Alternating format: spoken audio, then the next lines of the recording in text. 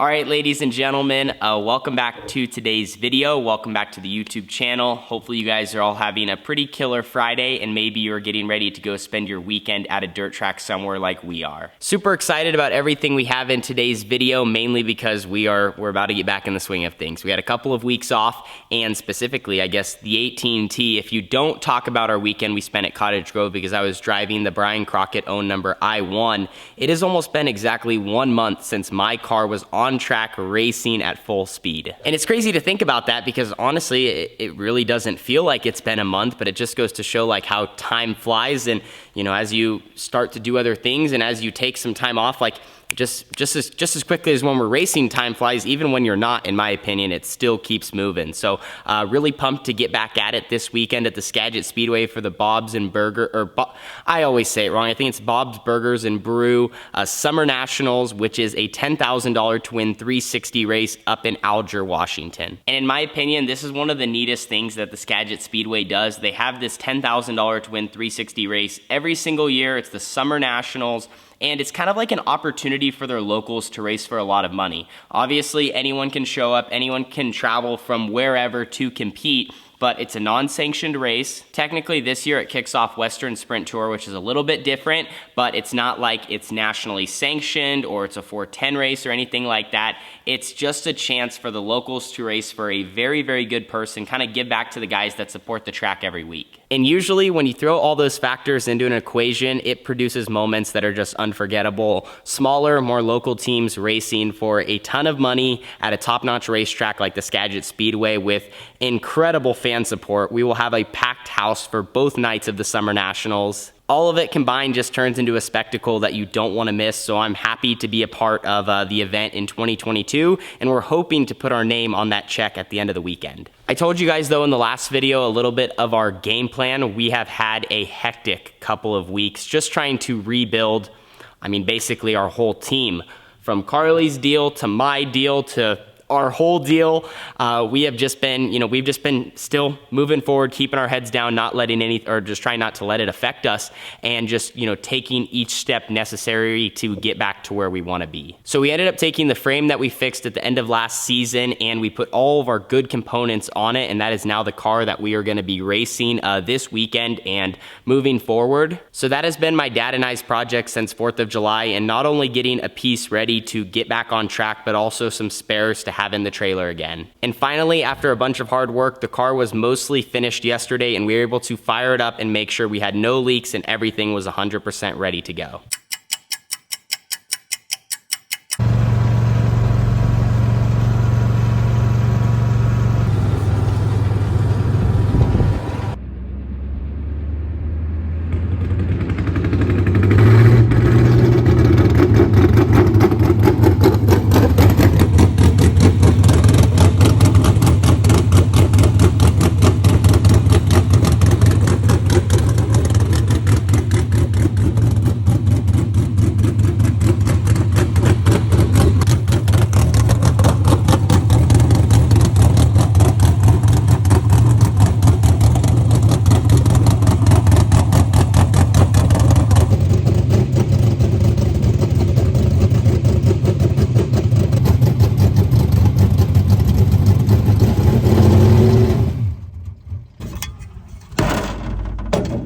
Okay, so everything checks out on the 18T. I think sometimes you fire just to be safe, and sometimes you actually have more of like a legit reason. This building not a new car, but a separate car than what we ran all season long, putting all the components on this, having to match up all the fuel lines and get them in the right spots, as well as drop the engine in that hasn't been, on this frame before. We wanted to be careful, and like I said, everything checks out. Fired up right away, which means Dad and I did our job in the shop. One other thing to mention, I'm sure you guys can relate, we have been working on race cars all day long, and it's about 8:30 in the afternoon right now, so you kind of start getting tired, and you start maybe losing some of the speed you had, around lunchtime, and you feel yourself slowing down. And then we fired up the car and had, also no mufflers on, so it was a little bit louder, and that wakes you up in an instant. So it felt good to fire up the car, especially, since we haven't ran for a couple of weeks, and that's the start of kind of getting back in the swing of things. And I guess you could say the addiction starts to kick back in. You realize how much you need racing. But Red 18T, looks good. We have a couple more things to do on it in the shop, and then it will be ready to be loaded in the race trailer. And now the rig is fired up. We are about to hit the road to head north.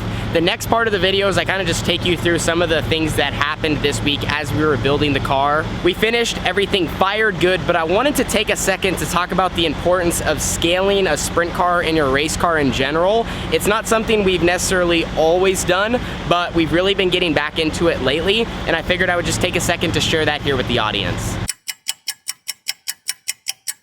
Well, the job's pretty close to complete if the 18T is sitting on scales. You can see a little bit of fresh rubber there on the right rear. This thing looks beautiful. It's back to its proper condition. We actually started using scales way before sprint cars. Back in our Outlaw Kart days, like maybe starting in 2011 or 2012, we would throw the car on the scales before the races, and then my dad's like, wait, why don't we also do it after the races? So we would do it before, after, get our numbers of where we started, and then a rough idea of where we ended. And then once we got into sprint cars, we really didn't use them, but as of recent, we have made it much more of a priority to do so, especially when you put together a car that's never been together before with all the components in this frame not running after it's been fixed. So to get a little bit of an idea where we're at, we threw the 18T on scales last night. So I'm kind of just picking it all up now here in the morning, but why this is such a valuable tool is because of all the good and bad things it can tell you about your race car, like your cross weight, your corner weights. It can tell you your split between your left and your right. It also shows you your bite as well as your percentages just across everything on the race car, which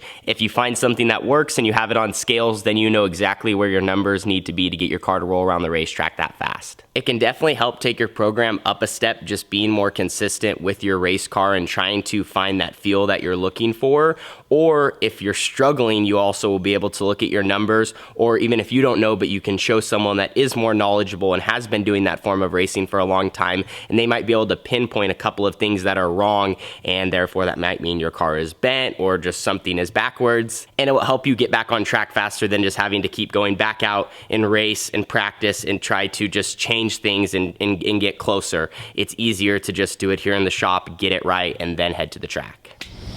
So the rig is now pulling out. Hopefully you guys enjoyed just a little bit there on scaling.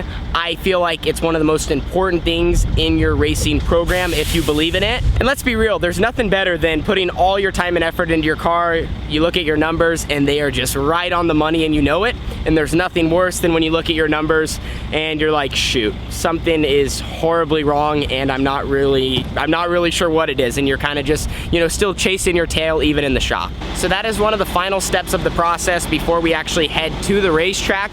And right after I picked up all the scales, the FedEx guy showed up and he dropped off a package that I wanted to open here in the video. So while Dad and I have been working our tails off in the shop here just to get ready to go racing this weekend, the UPS guy pulled up and we have something to unbox here on the channel.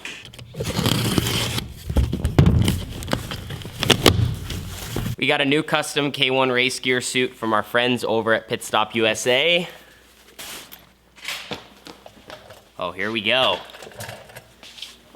Check that out, a little bit of a color change. All right, I'm not even gonna waste y'all's time. I'm gonna go and put this thing on. It looks sweet. We'll see how it looks, I guess, or hopefully it fits. Well, here's the look, ladies and gentlemen. First off, it fits. I know sometimes that's always a little bit of a scare with a custom suit, but luckily as I'm getting older, I'm stopping my growing process and I have very similar measurements, so all of our suits have been dialed lately. White, red, black, got an 18T here, Next Gen Def, got all of our sponsors down the arm, Lafarge, Carson, ABC Powder Coating, Fast 4, and Pit Stop. Also got a Pit Stop logo here and on the back. Are my social media handles on the back? Yep. Social media handles.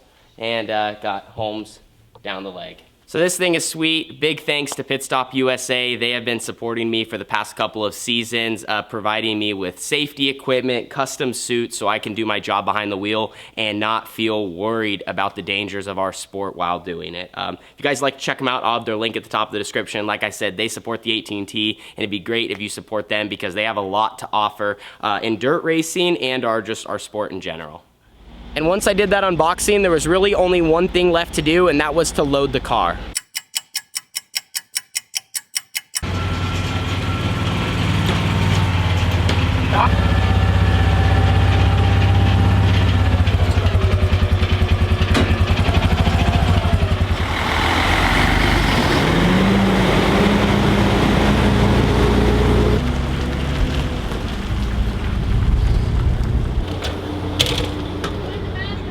And just like that, Dad is driving, Carly's in the back. We're jumping on Interstate 5 and we are headed just about 30 minutes south of Canada, the Canadian border where the Skagit Speedway sits. I think I said Alger, Washington. It's like Alger, Burlington area, and we are gonna be competing for a lot of money this weekend. So make sure to stay tuned. You can watch it live on Dirt Oval TV, and the 18T will hopefully be up front where it belongs. See you guys all there. Deuces.